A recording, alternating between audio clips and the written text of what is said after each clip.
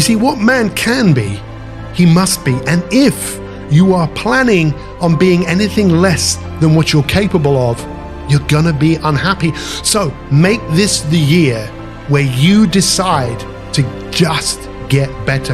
This is the year that I get crystal clear on my values. Commit to doing the things that you knew you should have been doing last year. This year, don't settle for good enough. I want you to stop looking towards tomorrow, next week, next month, next year, and start looking towards where you need to be right now. This is the year that I make an investment in myself. Are you ready for more in 2024? This is the year I give it everything I have. This is the year I stop complaining about the past. This is the year that I don't make excuses. This is the year that I embrace my non-negotiables. This is the year that if I see it in my head, I can hold it in my hand. All you gotta do is be prepared with the right mindset and just let it come in. It is possible to accomplish what you see in your head, to hold it in your hand. It is possible. The question is, can you give your all? You have to continue down that path, that journey, that year, that moment, that right now. 2024 is knocking on your door. You got to go all in. I'm all in! I'm all in! Are you all in? Look, a great life. It doesn't happen by chance, it happens by design. And the best way to design that is to just get started. Say it with me. Come on, just get started. This year, you got to maximize every moment. This year, you've got to crush every opportunity you get. This year, you've got to be all in. You need to learn the lessons of your mistakes. Forgive yourself and forgive others so you can move forward. You've got a luminous, brilliant, powerful future. It's time to step into it. Because the challenge that we all face is the challenge of choice. If you genuinely took a minute and thought about all the choices that you could make, but the choices that you could make and the choices you will make, that is where the magic is. The magic that human beings have is in our ability to overcome what we face. And this could be the year. In fact, no, this will be the year where you become more by what you overcome. It's time to break through the disempowering, limited belief systems that we've carried our whole lives. There was a future that I desired. I believe in the power of my future.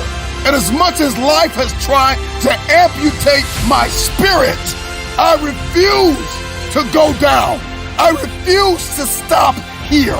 I refuse to let go. I refuse to give in. I refuse to keep living at 50%.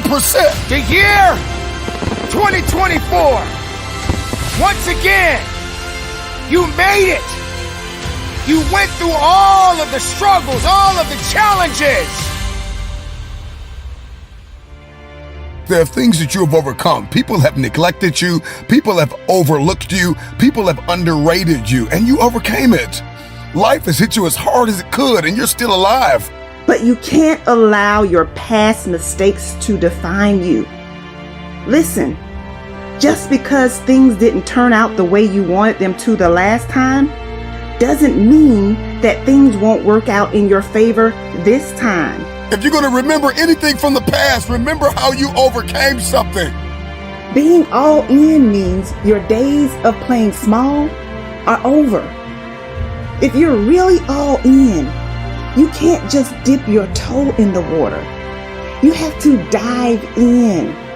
You must be willing to submerge yourself in the thing that you say you want.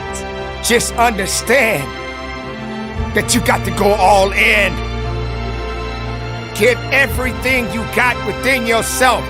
Give all or give nothing.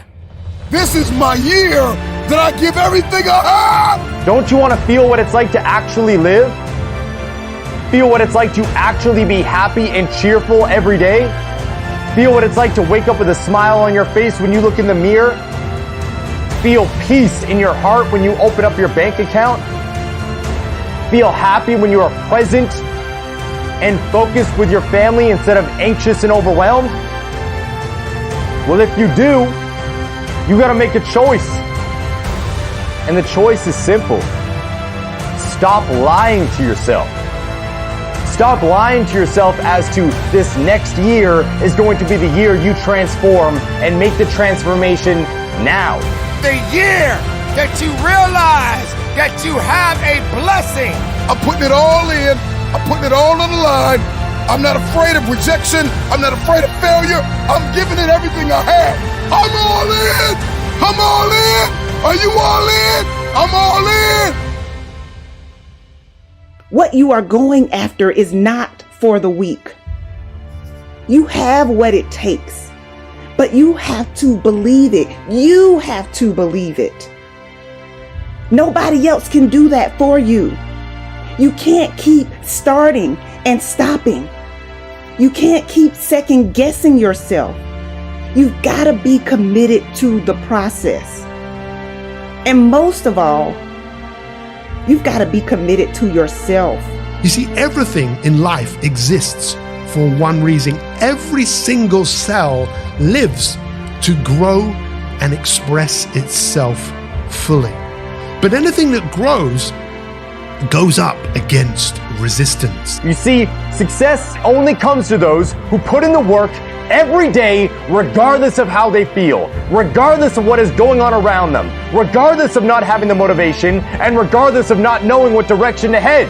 We have conditioned ourselves to give 50%, 60%. We have normalized not putting all in.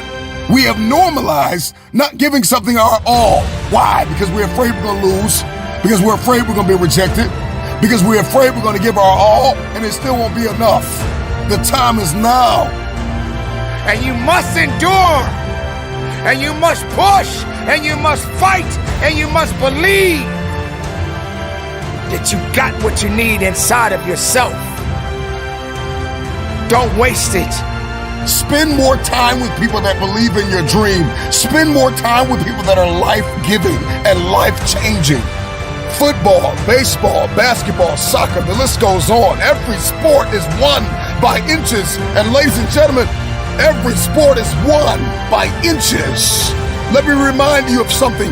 In every sport, in every arena, in every court, every playground, you win by inches. Life is won. You gotta see the inches. You are inches away from the best life that you have ever had. Seize the opportunity.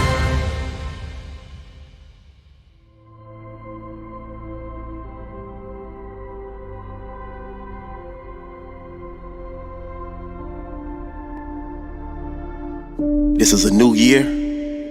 This is a new dime. This is a new you. Make this the year where you just get started. The time is now. It's time. You have to dive in. You have to go after it. You have to start now. Success comes to those who want it most. It comes to those who are willing to push harder than the rest. And this could be the year. In fact, no, this will be the year where you become more by what you overcome. You just have to be all in. I need you to be all in. Do you want more in 2024? Put your mind first. All things are possible. This year, don't settle for good enough. This year, you got to maximize every moment. It's time to step into it. Because every second of your life counts. This is my year that I give everything I have. Let's go for it. Give all or give nothing. Don't you get it? You owe it to yourself to actually try. That's why you have to be all in. The challenge that we all face is the challenge of choice. The hardest thing to do is to just get started, because when we feel the resistance, the easiest thing to do is to make the choice to take the path of least resistance. Are you ready for more in 2024? Are you ready to show the world that you've only just got started, that the best is yet to come? But right now, you know what I want you to do? You know what I'm begging you to do? You know what I'm yelling at you to do? I want you to stop looking towards tomorrow, next week, next month, next year, and start looking towards where you need to be right now. Let this be the year that you keep every commitment that you make to yourself. If you say you're going to get up at 5 a.m., do it. If you say you're going to work out, do it. If you say you're going to level up every area of your life, do it. Being all in means your days of playing small are over. If you're really all in, you can't just dip your toe in the water. You have to dive in. You must be willing to submerge yourself in the thing that you say you want. Now what do? You got to focus on right now. No excuses, no regrets, no fears. I need you to be all in. Cause see, the resilient mindset knows it will fail and fall, but it stays the course because it knows losers give up, but champions give all. The victory is already yours. You just gotta claim it. You just gotta stake it. You just gotta bring it into life. And you cannot bring it into life if you're going halfway. Be all in. Look, a great life, it doesn't happen by chance. It happens by design. And the best way to design that is to just get started. You owe it to yourself to become who you dreamed of. Believe in yourself. Make the changes you need to make because you weren't born to be mediocre. Your gift is the pathway to lead you to next level greatness. Your gift is the pathway to lead you to next level living. Your gift is a pathway to lead you to a next level life. I believe in the power of my future. And as much as life has tried to amputate my spirit, I refuse to go down. The books that were never written, the songs that were never sung, the inventions that were never shared, the cures that were never discovered, all because someone was afraid to take the first step. But that's not you. Because you made the choice that 2024, you were gonna give more. 2024, you were gonna dig deeper. 2024, you were gonna be all in. 2024, you decided you would not fall into the same trap that you fell into in the past. Be all in or be defeated. Be all in because your value, your worth is needed. Your value, your worth is necessary. And it's time for you to leave a mark on this world that's legendary. You're gonna have to be relentless. You're gonna have to talk yourself up. You're gonna have to 10x your efforts so that you can 10x your results. I'm focused on the present. I'm building my future. I'm pursuing my destiny. Don't tell me what you gonna do. Tell me you got it done. Step into your greatness. It's time for you to be all in.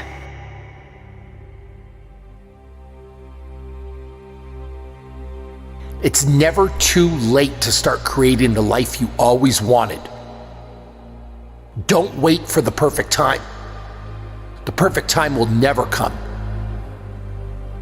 There'll always be some reason why you can't or shouldn't, but don't let that stop you. Otherwise, you'll be left with nothing more than a handful of excuses and an empty heart. So I'll say it again. You have to start now. You're in control of your own destiny.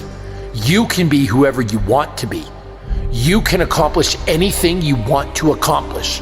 You just have to be all in. You can't keep starting and stopping. You can't keep second guessing yourself. You've got to be committed to the process. And most of all, you've got to be committed to yourself. Because self-commitment is one of the most important commitments you can make. Let me tell you again in case you didn't hear me the first time. Be all in. Jump in the deep end and learn to swim.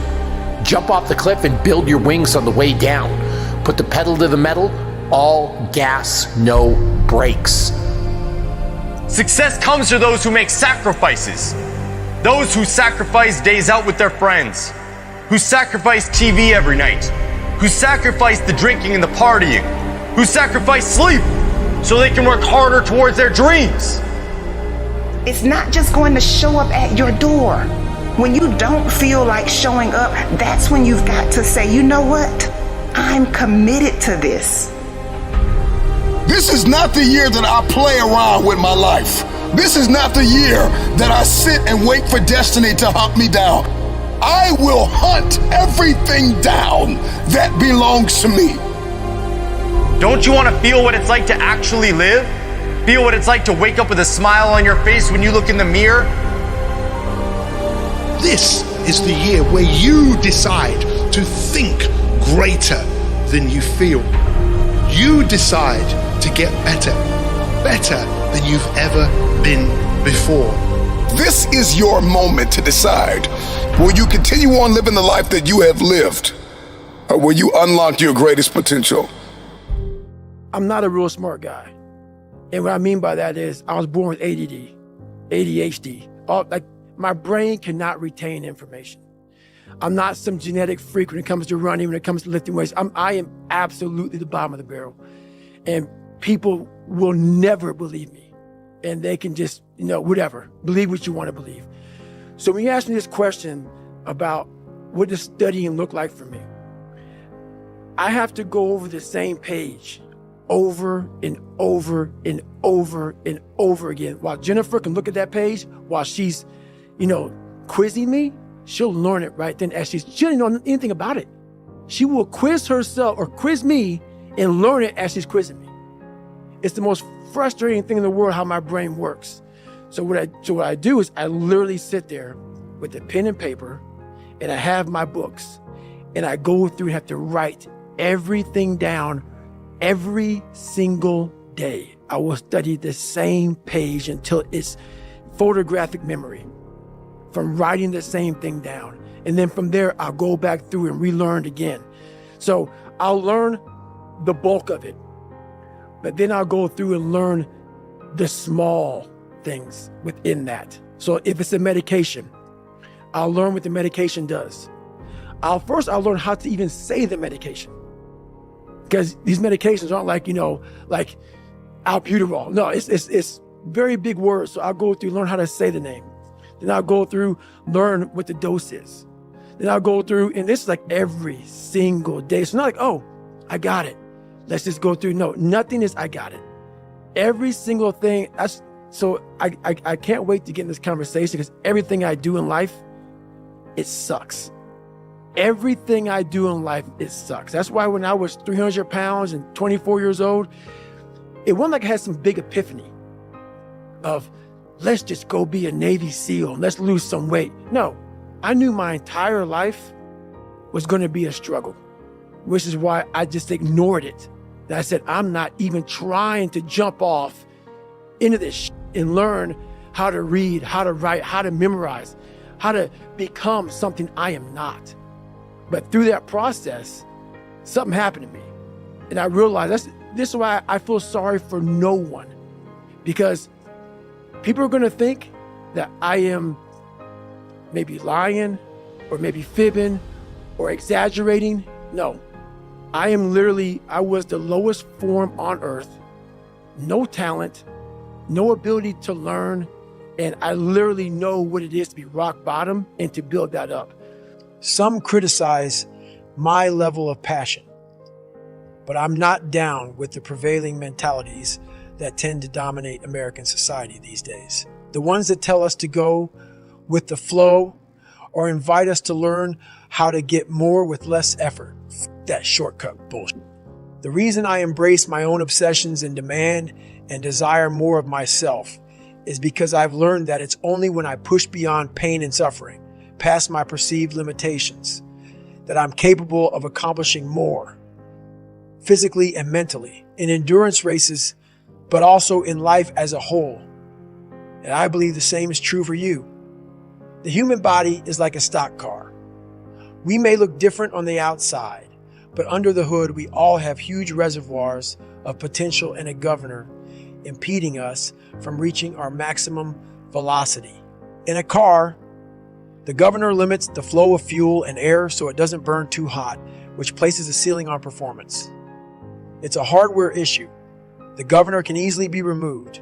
And if you disable yours, watch your car rocket beyond 130 miles per hour. It's a subtle process in the human animal. Our governor is buried deep in our minds, intertwined with our very identity.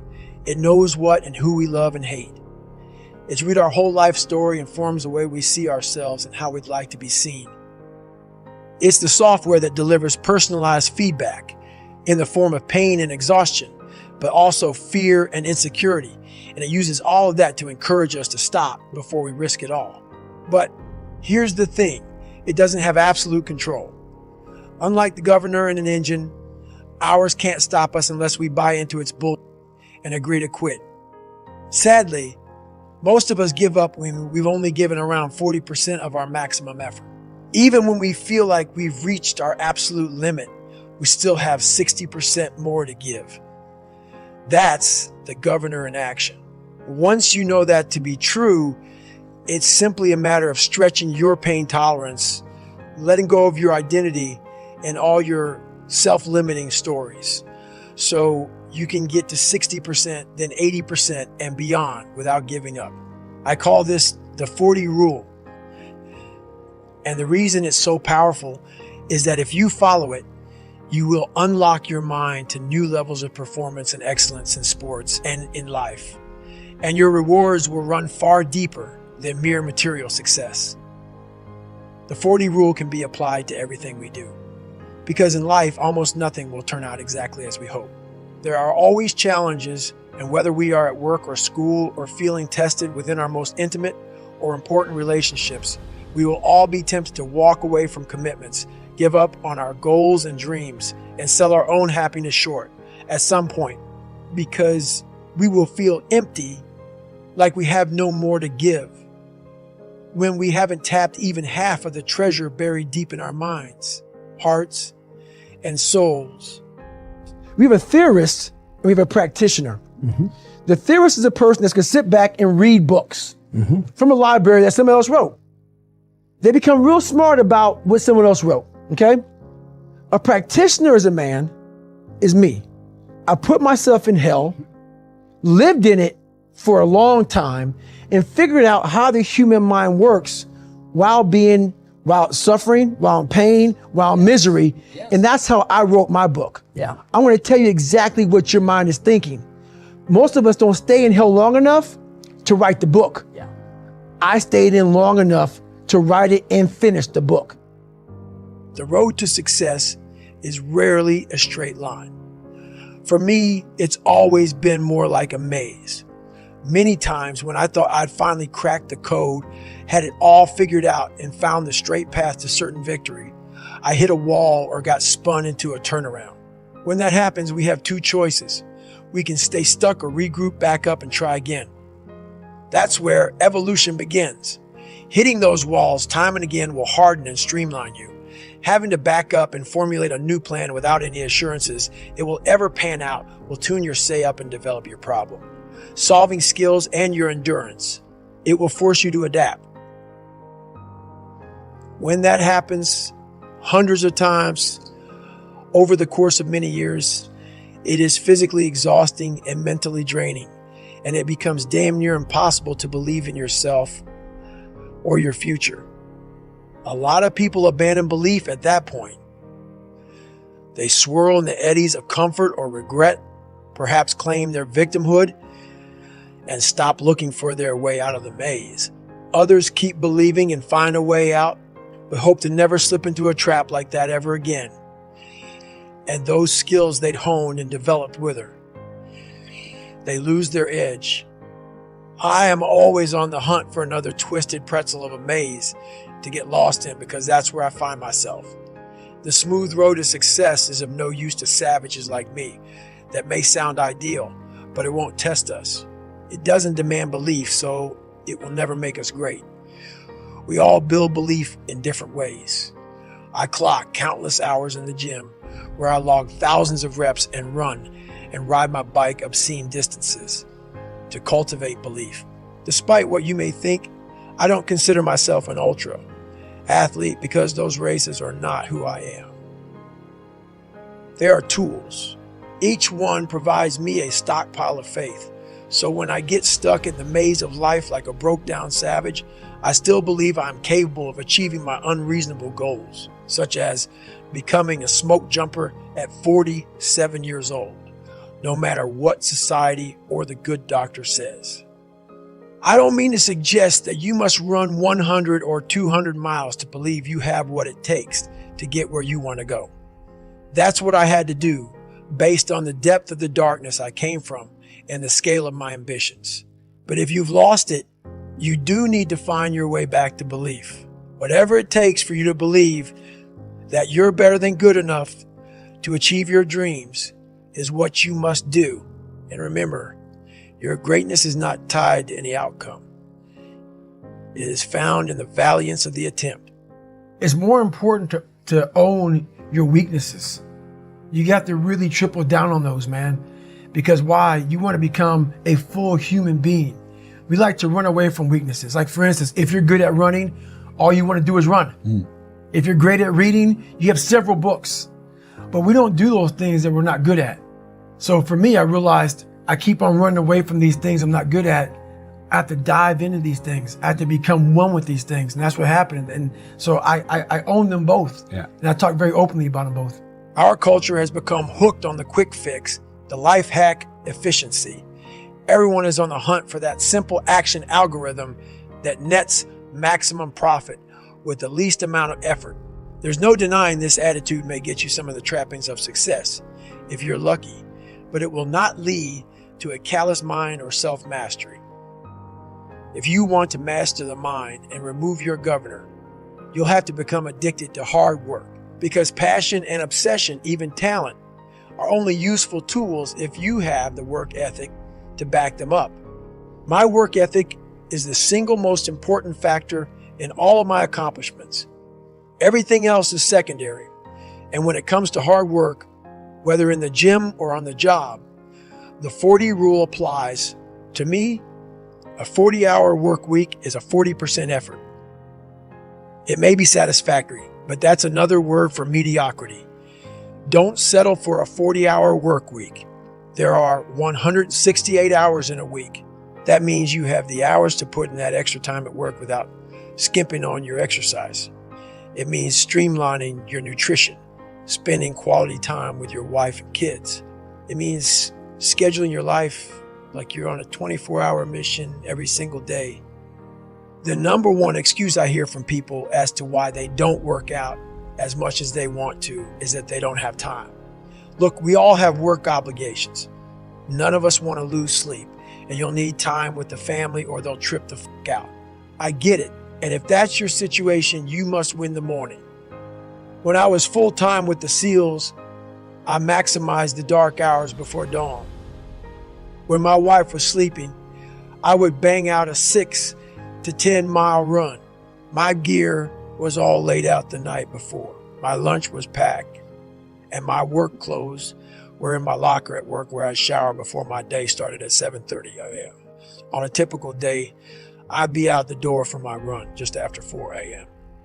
and back by 5:15 a.m. Since that wasn't enough for me, and because we only owned one car, I rode my bike. I finally got my own 25 miles to work.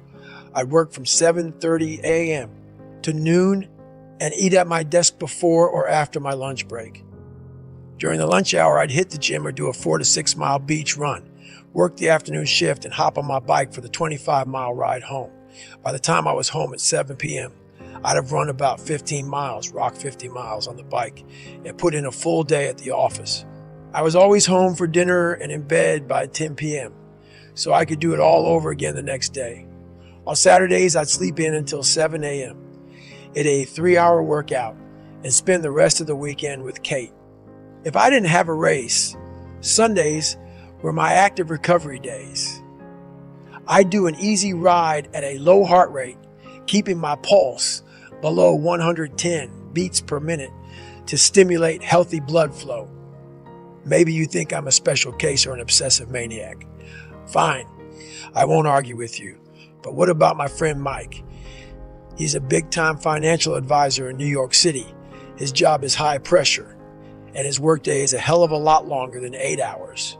He has a wife and 2 kids, and he's an ultra runner. Here's how he does it. He wakes up at 4 a.m. Every weekday, runs 60 to 90 minutes each morning while his family is still snoozing, rides a bike to work and back, and does a quick 30-minute treadmill run after he gets home. He goes out for longer runs on weekends, but he minimizes its impact on his family obligations. He's high-powered, wealthy and could easily maintain his status quo with less effort and enjoy the sweet fruits of his labors. But he finds a way to stay hard because his labors are his sweetest fruits. And he makes time to get it all in by minimizing the amount of bullshit clogging his schedule. His priorities are clear, and he remains dedicated to his priorities. I'm not talking about general priorities here either. Each hour of his week is dedicated to a particular task, and when that hour shows up in real time, he focuses 100% on that task. That's how I do it too, because that is the only way to minimize wasted hours. Evaluate your life in its totality. We all waste so much time doing meaningless bullshit. We burn hours on social media and watching television, which by the end of the year would add up to entire days and weeks if you tabulated time like you do your taxes. You should, because if you knew the truth, you'd deactivate your Facebook account stat and cut your cable. When you find yourself having frivolous conversations or becoming ensnared in activities that don't better you in any way, move the fuck on.